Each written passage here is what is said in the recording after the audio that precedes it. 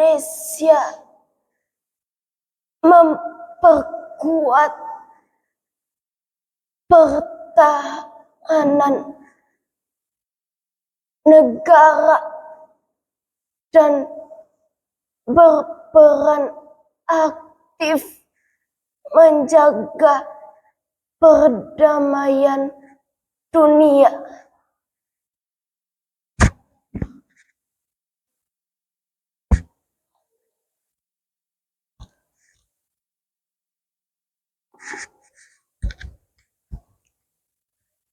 Membaca berita di pagi hari, dihirup pelan sambil berpikir. Katanya negeri kuat berdiri, tapi luka rakyat tak tersingkir. Perdamaian dunia. Aduh, kata-kata itu besar sekali. Seolah negeri ini kuat, seolah semuanya baik-baik saja.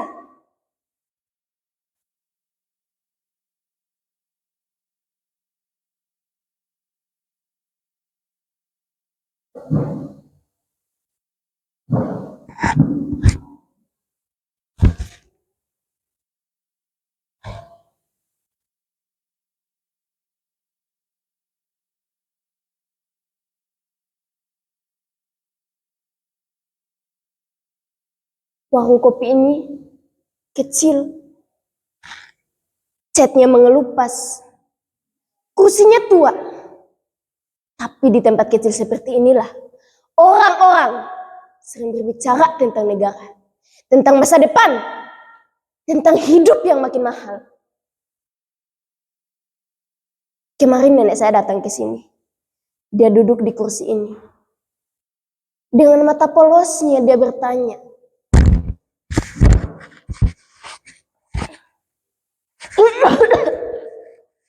"Cu, negara kita hebat ya. Katanya bisa menjaga perdamaian dunia." Saya tersenyum. Ingin menjawab iya, tapi lidah saya terasa berat. Karena setiap hari saya melihat sesuatu yang lain. Ibu-ibu menor beras di pasar dengan wajah cemas. Bapak-bapak bekerja hingga malam, tapi pulang dengan kantong hampir kosong. Anak-anak belajar keras, tapi masa depan mereka seperti kabut.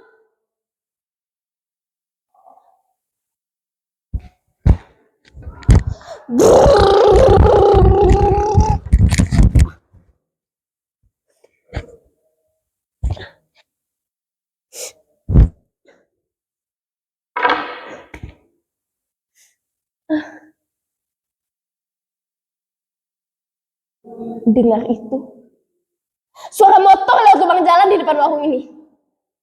Lubang itu sudah ada sejak lama. Lebih lama dari janji kampanye, lebih lama dari pidato pembangunan, bahkan sudah mencapai bersejarah.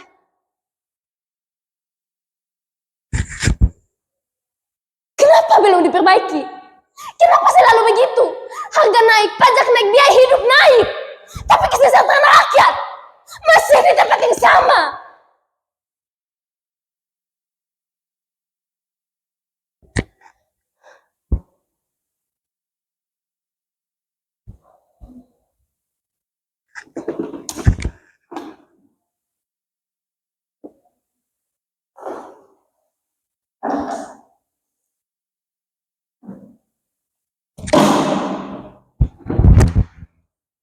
Setiap hujan datang, kampung ini banjir. Dulu tidak begitu. Dulu masih ada pohon yang berdiri menjaga tanah. Sekarang pohon ditebang, diganti perkebunan, diganti dengan keuntungan. Apakah kalian tahu yang kaya siapa? Perusahaan dan pejabatnya. Yang kebanjiran, ya kita. Yang miskin, ya tetap kita. Yang salah siapa, yang kena imbasnya siapa?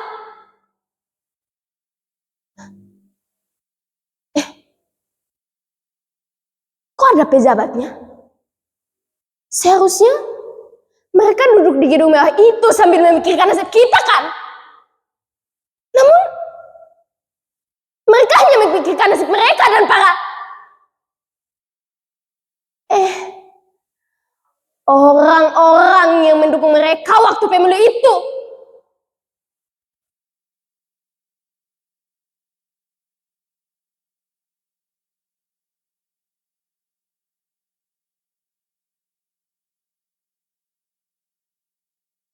Nenek pernah berkata kepada saya,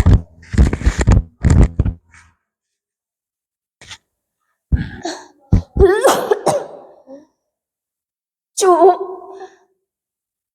sekarang kamu sudah menginjak dunia baru, dunia para remaja. Akan ada banyak hal yang kamu temui, di mana kamu akan menentukan masa depanmu. Walaupun kamu tidak bisa menjadi seorang pejabat, bahkan tidak apa kita hidup miskin. Yang penting kita jujur. Kamu bisa memulainya dari warung kopi ini." Tapi Nek, dunia tidak selalu adil untuk orang jujur.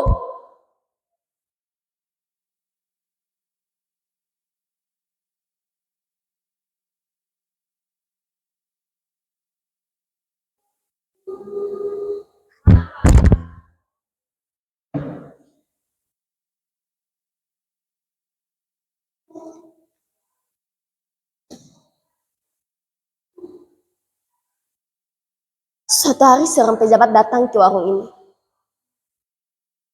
Sepatunya mengkilap, pakainya rapi.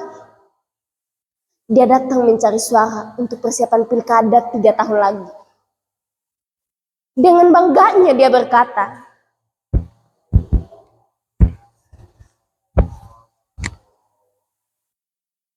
"Pemerintah berkomitmen meningkatkan kesejahteraan rakyat." Komitmen. Kata-kata seperti itu sudah terlalu sering kami dengar. Komitmen, program, rencana, janji. Saya lalu bertanya kepada pejabat itu, "Pak, saya punya seorang teman, anak pejabat, Pak. Dia dapat bantuan sekolah dari pemerintah. Kalau tidak salah namanya Program Indonesia Pintar. Tapi teman saya yang benar-benar miskin.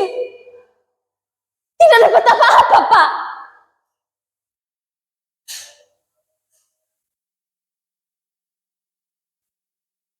Anak kecil saja bisa melihatnya. Bantuan yang seharusnya untuk yang miskin kadang jatuh ke tangan yang salah. Apakah program ini membutuhkan kompas untuk arah yang tepat? Atau justru pemimpinnya yang terlalu buta untuk melihat arah yang tepat? Saya lalu bertanya lagi, "Pak, kami disuruh belajar keras. Katanya supaya masa depan kami baik. Tapi setelah lulus, pekerjaan itu ada di mana, Pak?"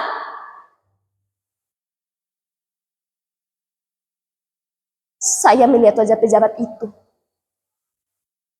Untuk pertama kalinya, dia tidak punya jawaban. Saya berkata kepadanya, "Kami belajar keras, memegang buku dengan harapan-harapan besar. Tapi setelah lulus, kami hanya memegang ijazah dan kebingungan."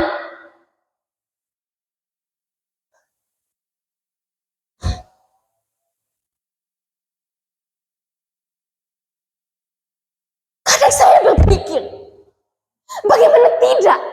Sekarang banyak wakil-wakil rakyat yang meraung mengeluarkan janji tak pasti, korupsi di mana-mana.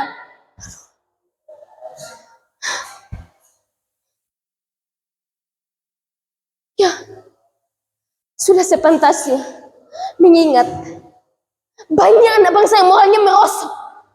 Bagaimana mungkin jika orang seperti itu bisa membangun negeri ini. Saya mungkin tidak bisa menjadi pemimpin di negeri ini, tapi setidaknya saya memiliki semangat dan hati yang tulus untuk membangun negeri ini. Walaupun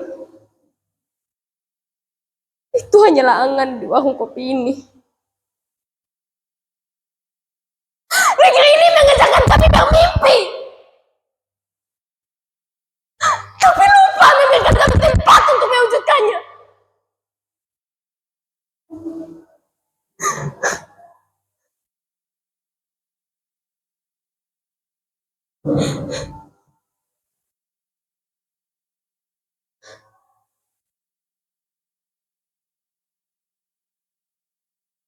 Setelah itu,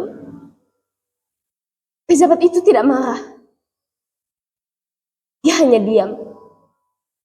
Mungkin baru pertama kalinya dia mendengar suara dari orang kecil seperti ini. Atau mungkin sudah pernah, hanya saja kursinya yang membuat dia terlalu tuli pada lengan rakyat. Kami capek, Pak. Capek berharap, capek percaya, capek hidup dalam janji yang tak pernah jadi kenyataan.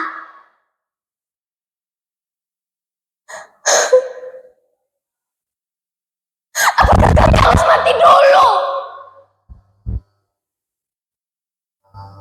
supaya dianggap?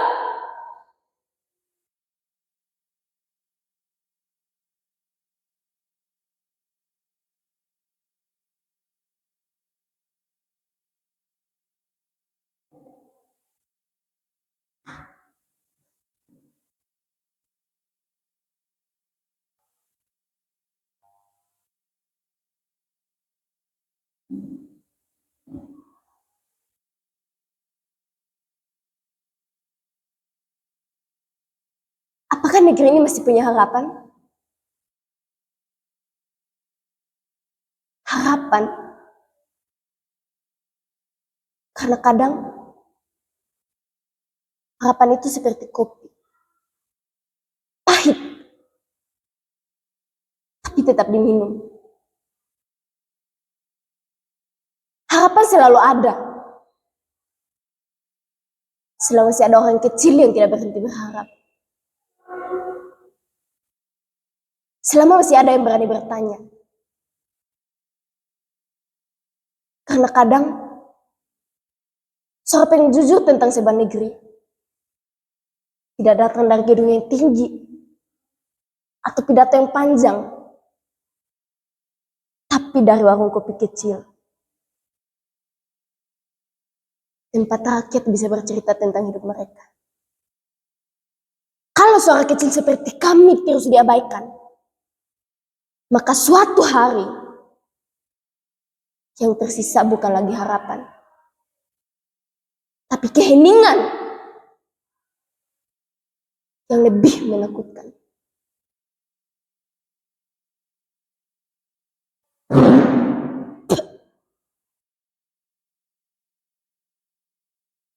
Kopi ini pahit,